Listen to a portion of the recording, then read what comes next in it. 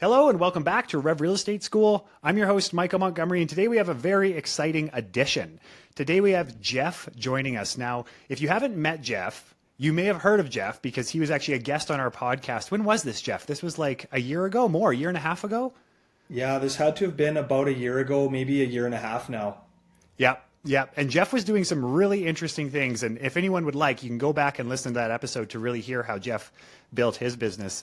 But what actually occurred after that was Jeff and I started to stay in touch. We started to talk to one another. And we really started to see that there was a lot of similarities in how we do business. And then when we launched our sprint, Jeff was like the first human being to raise up his hand and be like, I want to be part of this. And then following the first sprint, he reached out and said he'd like to be involved with Rev in a little bit more of a serious way. And as such, we brought Jeff on as a co-founder. And Jeff is really an exciting guy to have on the team because he comes with this level of experience that is just unparalleled. But on top of the experience side, he just has these natural ways to connect with people and specifically start to connect with people on such a human level. And if you listen to that previous episode, you'll definitely understand that. But in having Jeff come on a few of these episodes, we're really going to start to understand how his mind thinks as well.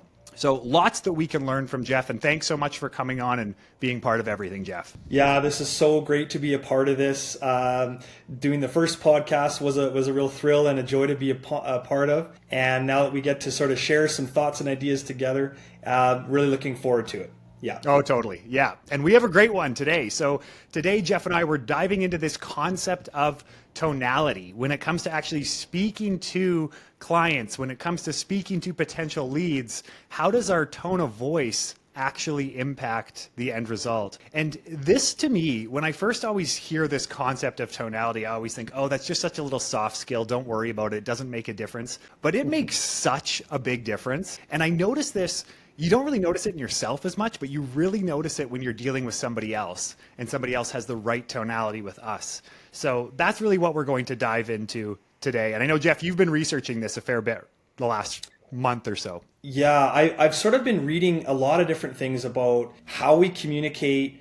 So not just tone, but just, how we communicate in general with clients, with prospects, with leads, and how important that is. And like you said, Mike, we don't actually notice it in ourselves, but it makes a huge impact across those communication lines to those prospects. Certainly does. Yeah, totally. Absolutely. So what are some of the first thoughts that come to mind when you start to think through what agents need to do when it comes to starting to think through our tonality? Yeah, so like so many agents, again, newer agents that are new to the industry, they may be really excited to get out there to do their first, let's say, open house or talk to their first set of clients. And so their excitement can come through their voice. And this was, I think, one of the things that got me started on this path down, trying to understand tone of voice and speed of communication when it came to clients, because I was finding and I was reading that the more excitement and the more tone we have in our voice can both serve both a positive purpose but also a negative one, depending on who we're talking to. So I found that getting too excited when we speak to potential clients and leads can almost come across like desperation, or it can come across like maybe there's insecurity behind our words. And so I was trying to understand what's the best way, what's the most secure way, the most confident way we can speak to prospects and clients. Yeah, that makes a ton of sense. And the other purpose, Jeff and I were actually just talking about this off air, the other purpose of having Jeff come on is so we can look at each other's ideas, and sometimes we're not always going to see eye to eye on everything. And I would agree with you partially on this. Like the concept behind speaking really quickly, I do think it comes across as usually not as much from the professionalism side, but more so from not really able to gather our thoughts, like almost a confidence thing when we're not able to slow down and be calm with our communication. But where I see this a little bit differently, I would say, is I think enthusiasm is one of these things that is an underrated skill when it comes to being a real estate agent. But I think I would differentiate between enthusiasm and this like over the top exuberance.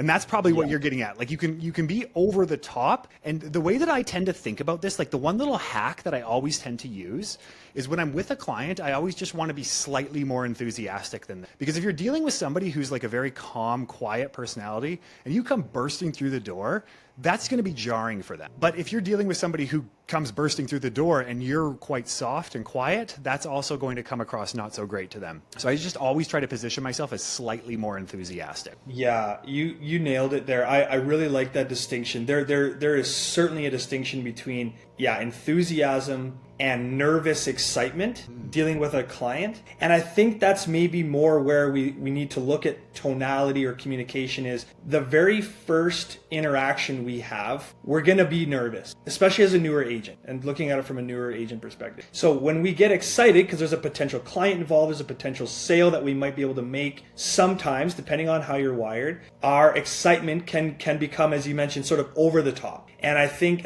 in those cases, a client may feel that and it may come across the wrong way or the unintended way. And so, but I do firmly believe that our enthusiasm about what we do, like when we talk about our jobs with people, when we talk about real estate with people, it absolutely has to have enthusiasm. I don't know how many times I will tell someone, I love my job. I've got the best job in the world, and even if it's to a complete stranger that we're just talking about life and work.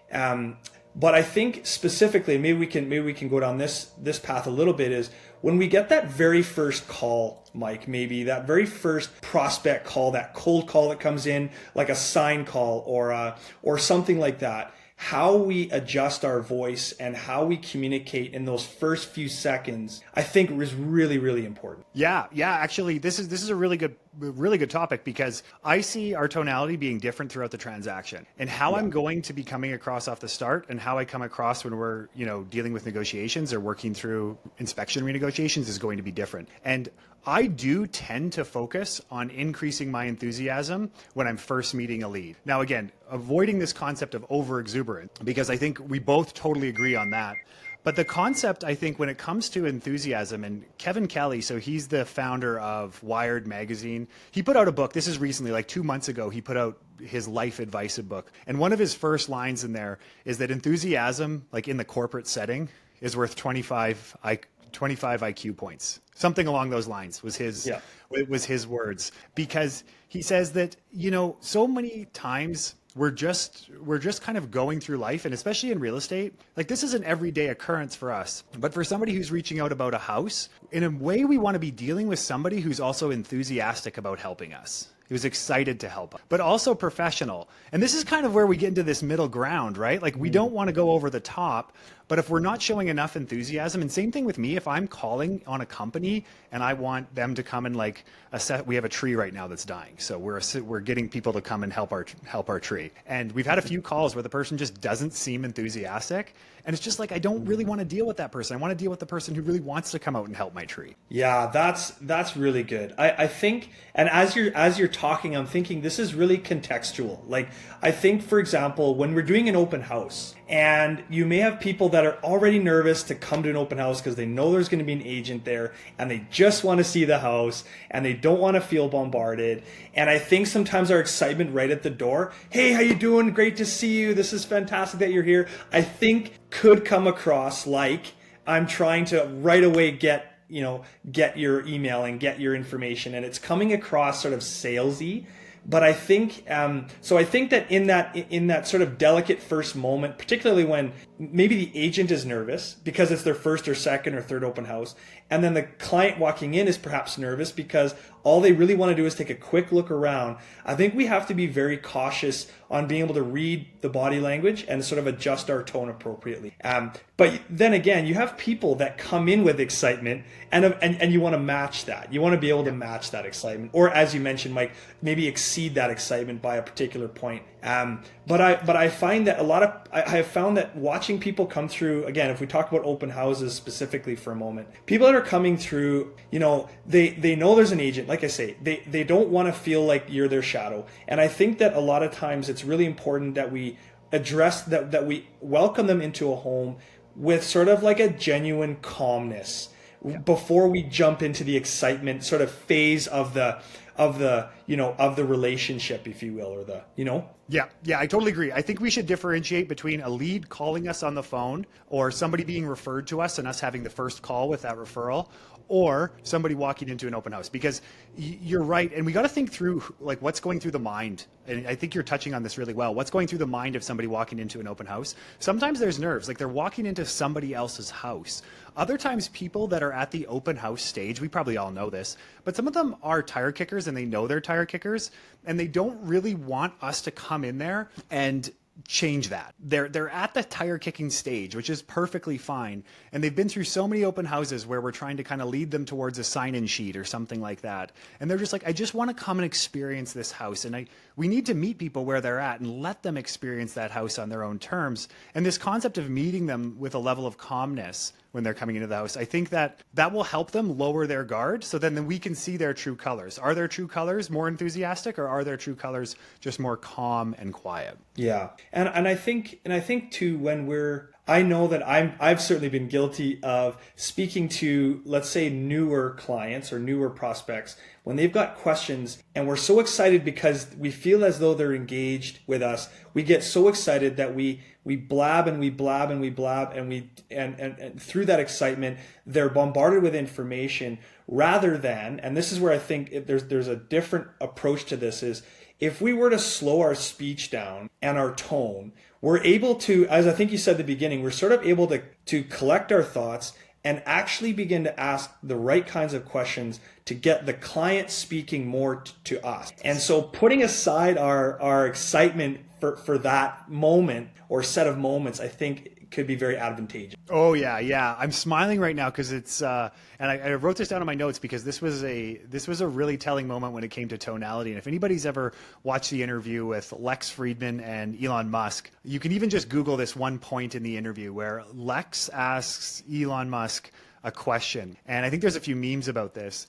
And Elon literally sits there for 30 seconds and there's a clock counting. He does not say a word and he just sits there to collect his thoughts for 30 seconds. And in an audio only platform like a podcast, that seems a little odd. But here we have somebody who clearly is very accomplished. He's stopping to collect his thoughts to ensure that what he's communicating is going to be done in the best light. And I think we can all learn something from that. Now, waiting 30 seconds after somebody asks you, what should we counter? That's probably not the best approach, but these pauses force us to slow down. And the other thing that also goes through my mind is I oftentimes try not to make a statement until I've asked two questions. And so in the sprint, we call this the second dart technique, but we want to send two questions. So when we're talking to a client, we want to ask two questions, like a follow-up question to whatever our first question was. And then from there, we can actually interject. What I find happens here is they end up driving the conversation. You drive the process, they drive the outcome. And it just tends to go a lot more smoothly. And one other thing is, generally speaking, whoever talks the most thinks the conversation went best. So in an ideal world, I always want the prospect or the client doing more talk. Yeah, exactly. And I think, again, as for a lot of newer agents, I think we're trying to prove ourselves to the client that we know the market, that we know the house, that we know whatever it is we're talking about. And so I think forcing ourselves to stop just for even that split second pause. Sometimes it can seem like it's incredibly impossible to do, but I think it will get us further with the client if we can exercise that better. I totally agree. The other little trick that I use oftentimes when I'm going into a conversation, and this will happen when I'm calling a lead for the first time.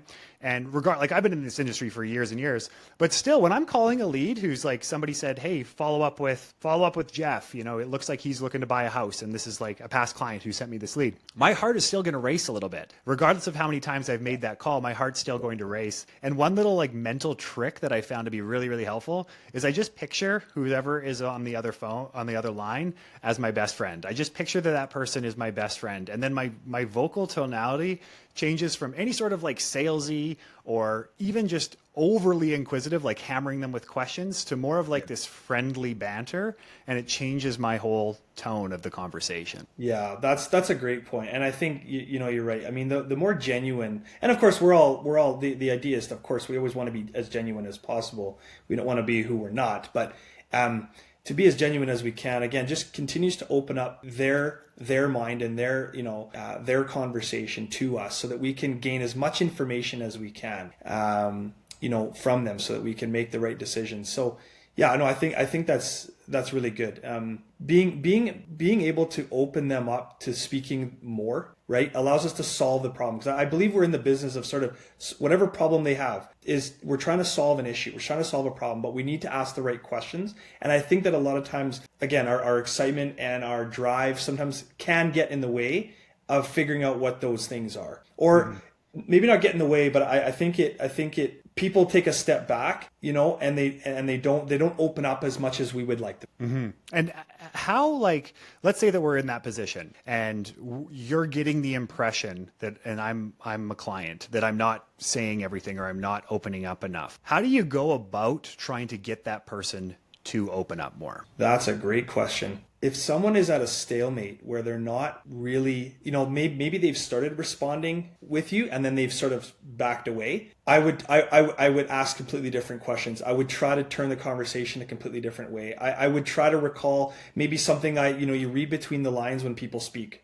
right? And perhaps there's something you can pull out of something that they've said previously to re-engage in the conversation. Maybe they made a quick anecdote about their son moving away to university, but you sort of bypassed it, and that ended up being sort of the crux of what they were trying to get at, is the whole reason they need to move is to be closer to their son. And so if they start to back away, perhaps you've inadvertently missed where they were wanting to take the conversation. So you may have to be able to recall things that have already taken place and address those issues and address those items and ask about those items, as strange as it may feel in that moment. Yeah, that's a really good point. It's sometimes trying to backtrack in our minds of where things may have gone south. The other question that I always like to ask folks as I'm going through any part of the transaction, whether it be a lead or we're actually working on a deal, is I always ask them, do you have any hesitations or concerns, big or small? And I use that language of big or small because sometimes people think that their hesitations are too small to bring up. And I find when you ask that question, it opens the door for them to say something that they think might be small, but in fact it's not. And the other thing that I use quite frequently, and this is especially when somebody's at the lead stage, is I ask them, I'll ask them directly on the phone. I'm like, yes, I blocked off 15 minutes for us here. What are the topics that you think we should really, really handle so that you feel like the next 15 minutes were a productive use of your time? And you ask questions such as that. And most of the time we just kind of jump into pitching. And even when we don't try to jump into pitching, we just naturally, as real estate agents, go towards our service and how we're different and what our fees are and how we're going to help them get the best price. When instead we can really take a pause and say, what does success look like for you for the next 15-minute phone call? What do you need? What do you need to get out of it? And then these things like, the sun moving away or something like that are going to come up, and we can go down that road. It makes a lot of sense. I think one thing I have begun doing, in fact, just the other day, I went to a listing appointment here in Canmore, and I knew that the couple didn't have a ton of time. So right off the bat, you're sort of like, what is the most important thing you want to get out of this 35 minutes you've got left with me? How can I provide as much value to you in these 35 minutes as possible? And I think, and I know we're getting a little bit off topic with tone, but I think it comes back to communication as a general sort of skill set that we need as agents to be successful, and sort of asking them just point blank. And I think people really respect that. I don't think we have to feel like we need to always assume what the most important things to communicate to that client are. I think it's okay sometimes to just ask them, what is important to you to get out of this meeting or this conference? That's such a huge point. Because we go into these meetings with a story in our mind, and we're telling ourselves a story as we're going through the listing presentation, and that's having an impact on how we're coming across. And if we what's always been shocking to me is when I ask the question, and one question that I oftentimes will ask is, what's most important for you, money, convenience, or timing? Like highest price, having very few showings, or timing as in I need to be moved by XYZ date.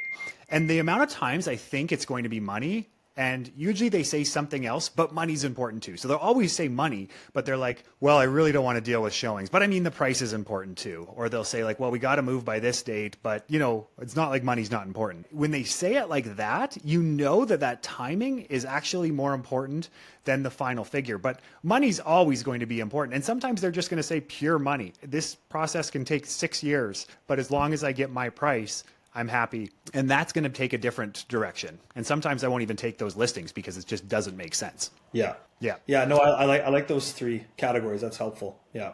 And just as we're working around this concept of tonality, and how would you recommend to an agent who's listening to this and thinking, okay, well, I can probably improve a little bit in this domain? Is there any tips, tricks, ideas that you have? I got a couple on my mind too, when it comes to how we can improve our tonality. Yeah, I think because everyone is so different, like some people may just be calm and collected as a part of their genetics. You know, I know some people just are, and maybe they can master this quicker. But I think for the agent that maybe gets more nervous and more excitable quicker, to try to avoid this or to try to work on this, I would say just when you're speaking, even to your whether it's your spouse, partner, friend, try to just change the pace in which you speak. Just try it. Do the hard work of just experimenting with that with people where it doesn't make a difference to your checkbook, right? Without doing it to a client maybe right off the bat. The other thing I would say is, you're absolutely right. I think we'll always and forever be slightly nervous when we pick up the phone for a brand new contact, or we've got to call someone back for the very first time. And so one of the things that I do a lot of and have begun doing this last year is a lot of mindfulness. So just a lot of like just take a deep breath. Like don't jump into it. Like take that moment and be kind to yourself and take a breath and then pick up the phone. Totally. And so if you were about to go into the conversation at 120 miles an hour, maybe you've come at it at 90 miles an hour. So maybe you're still quick, but you've slowed it down 30, 40, 30%, 25%. And I think that when you can see that improvement in the way you're communicating, that'll provide confidence, which will also slow you down and provide for a better conversation and discussion. Totally. I couldn't agree more. I think the pace of speech, and I actually tend to speak quite quickly, so that I could learn a lot by this too. Pace of speech that we have, just slowing down our pace. A lot of times, each one of our words is actually going to then really fit with the client. If we're speaking too quickly, it's just going to go in one ear and out the other. And honestly, the other thing is when we're speaking extremely quickly, we may be nervous, but then that's also going to be reflected in the client. So what I mean by that is if I'm speaking a million miles a minute and just running through something and really, really quickly with a client, they're going to start to feel anxiety just at the pace. Yeah. But if I slow down and talk them through this and then ask them a question, just even by doing that, even when I'm doing this right now, I'm feeling calm / feeling anxious when I was speaking really quickly there. Like you can actually just feel the difference when you just slow down your pace. Yeah. And again, and I think it comes down to like, if you learn that if this is a young couple, I mean, you've got to be able to read the situation, right? But if you've got a young couple, first time home buyers, the whole thing is stressful. Like, I don't know of one deal that didn't have some level of stress in it at some point. If we can, for the majority of the time that we're dealing with that client, lower their anxiety, as you mentioned, and lower their stress I think we gain huge ground relationally with that client and are able to move things further. Yeah, more. Totally agree. I totally agree. The other suggestion that I'd have for folks, and this is something that had a really, really positive impact on me, is attending Toastmasters. And I know a lot of times when I bring that up, people roll their eyes and they're like, there's no way, Mike, I'm not going to go do some public speaking thing. But it's so much more than public speaking. It is tonality. It's how we're coming across. It's the language we're using. It's the filler words that are making their way into all of our vocabulary that I can't even notice. And we don't even notice our own filler words. We don't. And I know this because my wife always calls me out and she's like, do you know how many times you say that word? And I don't even remember what it was. It was something along the lines of, I'm going to mess it up. But there was something that I was saying over and over again. And she counted the number of times when I was talking to a client, how many times I said this one phrase. And it's bugging me right now that it's not coming to mind. She's like, I think you said it like 10 times. And she says, it sounds really bad. And I'm like, well, thank you for the constructive feedback because I do need that at times. But I didn't notice it. it. You don't notice these things until you're actually in a setting for somebody to actually help you through this. And I think Toastmasters is this amazing opportunity for agents, not only because we improve our presentation skills, not only because we improve our public speaking skills, but because it's also a networking opportunity. And if we think of it as an opportunity to get out there, and all of these people that are at this event are also potential buyers and sellers, like it's two birds at once here, because we're networking as well as improving ourselves and improving our ability to use tonality and public speak. To me, it seems like such a no-brainer. And I got so much value from this, and clients actually, from going through the process of being part of Toastmasters. I think I was part of them for about 3 years, and I wouldn't trade that for anything. Oh, so you did. I didn't know that about you, Mike, that you had done that actually for a few years. Yeah, it was about 3 years that I went to it. And I got the suggestion from actually a coach at the time, because I was struggling at that time with this level of conversion and actually like persuasion. And he's like, well, you know what, just go to Toastmasters and feel it out.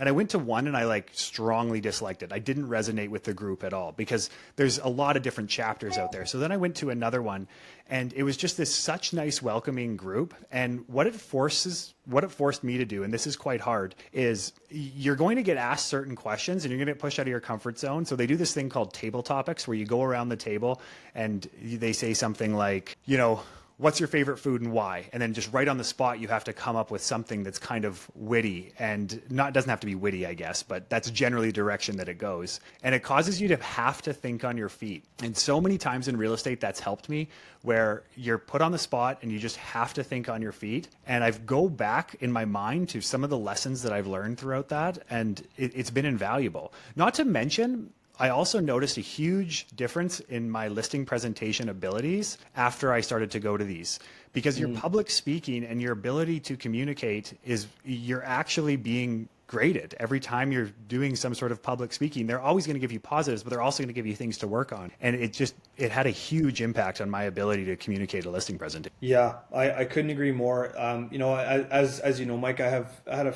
fairly extensive background in public speaking. Yeah, exactly. Well before real estate, but I would say it almost should be like it almost should be like a real estate requirement for licensing to do one Toastmasters or 3 Toastmasters sort of classes or sessions, because it serves the customer, it serves the client, right? I mean, it serves us in our business, but we're there to serve the client. And I think if we can't properly communicate with confidence, with enthusiasm, in the right way, that it gets that message across the right way, then we're not doing I think we're doing a disservice. If we're bumbling around with our tone, our words, our thing, I think that we're not doing the customer or the client a proper service. But I think that the improv thing and the public speaking thing, going to an improv group and being a part of that, I have yet to be honest, I have yet to do the improv thing. But during my career in public speaking, I certainly had moments where I had to speak off the cuff. You can't get away from improv when you're like literally doing public speaking for a living. Yeah. And so that was good. But I think for those of you listening, and for newer agents that have the time and the resource to kind of try some of these things to get your skill sets, to build those skill sets, I think the improv groups, they're everywhere. They're usually like free to join. Anyone can join. They make them very accessible. They're nerve-wracking, but I think they're good to do.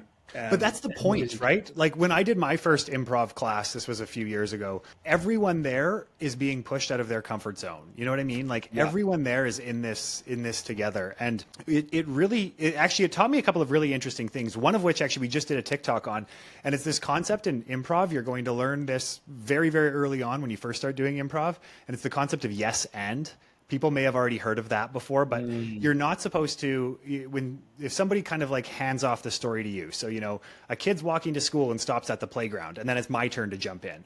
I say, yes, and like continue that story. Don't stop the story in its tracks. And oftentimes in real estate, we always use yes, but. So for example, somebody saying your commissions are too high. Yes, but this is all the stuff we do. But instead, if you change that to yes, and, because getting you 1% more on the open market can mean thousands of dollars in your pocket. That's changing the objection from this kind of negative ground When we use yes, but, we continue down the negative train. When we go yes, and, it turns that negative into a positive. And that was one thing that I got from improv, among other things. And again, just this experience that it's nerve-wracking at the time, but when you look back on these experiences, you realize that they've had a huge benefit. Well, and I think that speaks to sort of the larger sort of part of our role as real estate agents. We're in the business of being put in uncomfortable situations. Yes. I mean, Good if point. you're not putting yourself in uncomfortable situations, you may not see the success that you're hoping for. Totally. I mean, so whether you're putting yourself in uncomfortable situations, with clients, like maybe you dread open houses, but you've got to do them. Well, part of it too is building your skill sets, and that may also be uncomfortable. So the stuff we do behind closed doors should also be just as uncomfortable at times as the things that we do right in the front, right front row with our clients. And I think the stuff we do behind closed doors will help us get better at the front end of the business. Oh, And yeah. so that's important. Yeah. And on that point, like it reminds me of early on in my career. Like I was like one of the worst communicators. I don't know if I've ever told you this story, but early on in my career, my broker sent me a lead, and he wanted to sell this more expensive house than I was used to. And so I was kind of nervous and looked at my phone a million times. And, I'll call him in an hour. I'll call him in an hour. Finally, I'm like, okay, Mike, you have to call this guy. Just call him. And so I gave him a call, and it went to voicemail, and I got so nervous that I couldn't talk. When you get like that frog in your throat?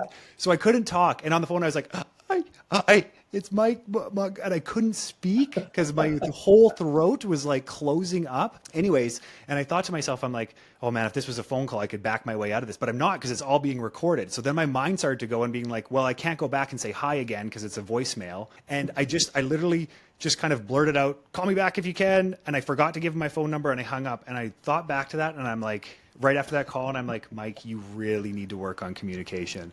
But these aren't like natural skills. Like my first few years, I was like bumbling through any conversation, and I was not good, like because of nerves. Like I would get this frog in my throat, and I couldn't get over it. Well, yeah, and I think just to encourage whoever's listening, if this is a major struggle, like if you don't do well with this, don't worry about being perfect by tomorrow.